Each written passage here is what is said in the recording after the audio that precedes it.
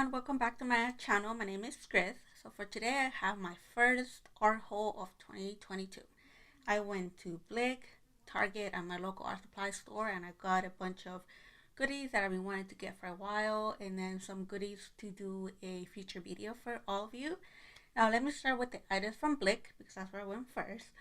So the first item that I got are two kneaded erasers. Now if you never heard of a kneaded eraser, it's something that I think you should have at all times. Basically they are like Play-Doh where you could knead them. That's why they're called like kneaded erasers, and you could shape it any way you want. So if you're looking for something like an eraser to be very precise for like fine details, you could shape it into a really fine tip. That's going to help you. Now the other thing about kneaded erasers that's really cool is that they are actually self-cleaning. So if you use it to erase a pencil, you would just knead it right, knead it again, and then it will clean. Now they're not going to last forever. That's why I got two new ones. But like I said, if you don't have this in your art supplies, I would definitely recommend getting them. They're really inexpensive.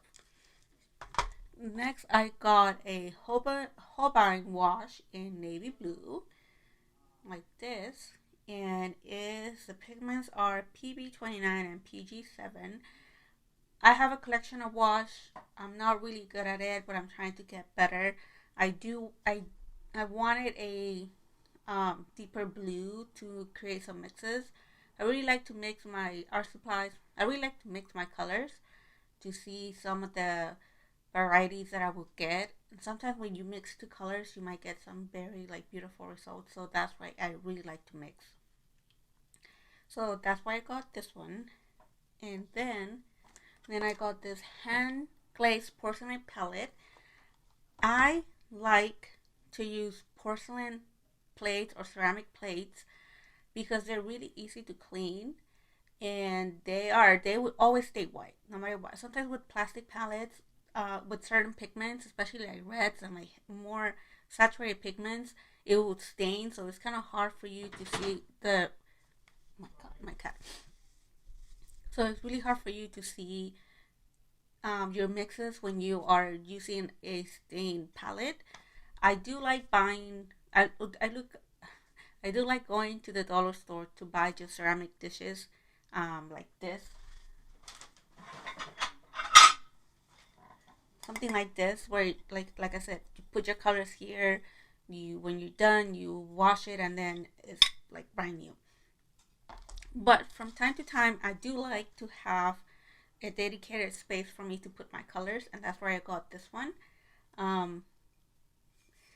Like I said, the good thing about ceramic palettes is that they're easy to clean and they will always stay white. The downside is, of course, if you drop it, it's going to break and then you're going to need a new one. Last item from Blick is this sketchbook. I'm not even going to try to pronounce it because I know I'm going to butcher it.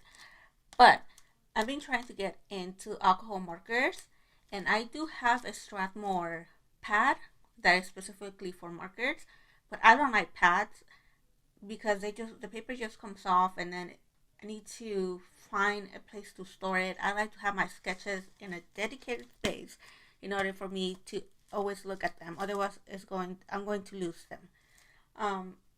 So I'm excited to try this. I don't like using markers on mixed paper media. I just don't like that they start to spread. I'd rather spend my money on a paper that I know I'm going to be comfortable with using. That's why I like the marker paper from Strathmore. But like I said, they don't sell it in Sketchbook. They don't sell it in pads. So hopefully this will be a good investment, and I'll get to enjoy markers using the Sketchbook. Moving on to the items that I got from Target. Now Target has its own brand when it comes to art supplies. The Mondo Llama, I think they're called. They do have acrylic, watercolors, markers, sketchbooks, canvases. But what I got was the paint markers. Now, if you watch my video of my top 5 art supplies of 2021, one of my favorite supplies is Posca Pens. I just love Posca Pens. I love using them. They're really fun. They inspire me, but they're expensive. That's a huge con about Posca Pens. They are expensive. So if I find a dupe that is going to work like a Posca Pen, but it's not going to cost that much as a Posca Pen, then that's a win on my buck. I also did a video of my top 5 worst art supplies of 2021, and in that video it was the Craft Smart paint marker. That one I got from Michael's, and I hated them. I just hated them. I didn't like them.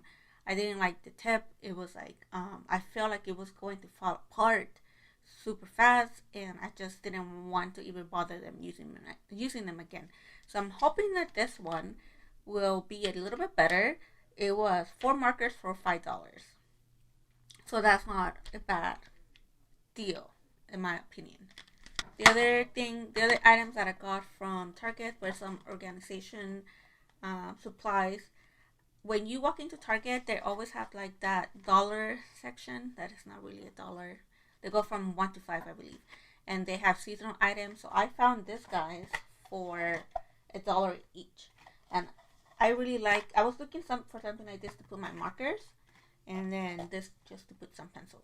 The last items that I got are from my local art supply store. Now, I really like going to that art supply store because they have the entire display of Posca Pens. Like everything, every color, every size, everything. And what I got from them was, of course, Posca Pens. Now, I'm working on a future video where I'm going to talk about everything that I know about Posca Pens and how I use Posca Pens, and hopefully give you some tips on Posca Pens. But the reason I went to my local art supply store was just to buy all the different sizes that they have when it comes to Posca Pens, because I want to show you the variety that they have. And the second reason is because it's really important for us to support our local businesses, especially our supply stores, because they're competing with Blick and Jerry's and Michael's and all these stores that can give us discounts, but then at what cost? You know what I mean? Like I like shopping at Michael's, I like shopping at Blake's because I know I'm going to get a discount. But at the same time, I like shopping at our local art supply store because I want to make sure I'm supporting them and I want to keep them in business. And last item that I got, this Gansai Tambi, this Kuretake Gansai Tambi palette. Goes like this. Look how pretty. Now these are all pastel tones, and I'm a sucker for pastel anything. You show me a pastel tone something, I love it. This one I had it in my Amazon wish list for about a year, and then I took it off because I just kept telling myself no. And then when I went today to my art supply store and I saw it, I said, you know what, this is a sign, let me just get it.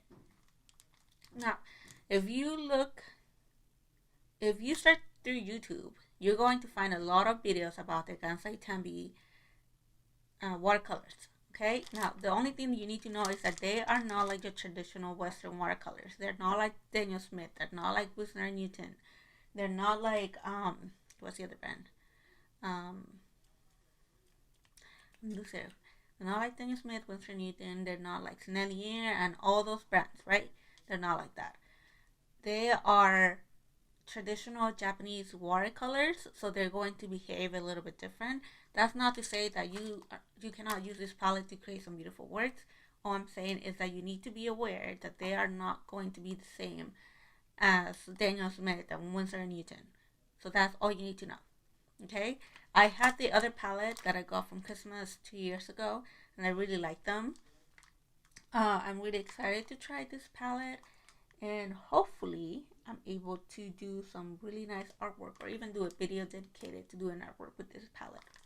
So thank you so much for watching. I really appreciate having you in my channel and supporting me. If you like this video, please like and subscribe. I'm trying to grow my channel and put out more content for you. If you have any questions, any comments, please let me know. I love to hear your thoughts, and I'll see you next time.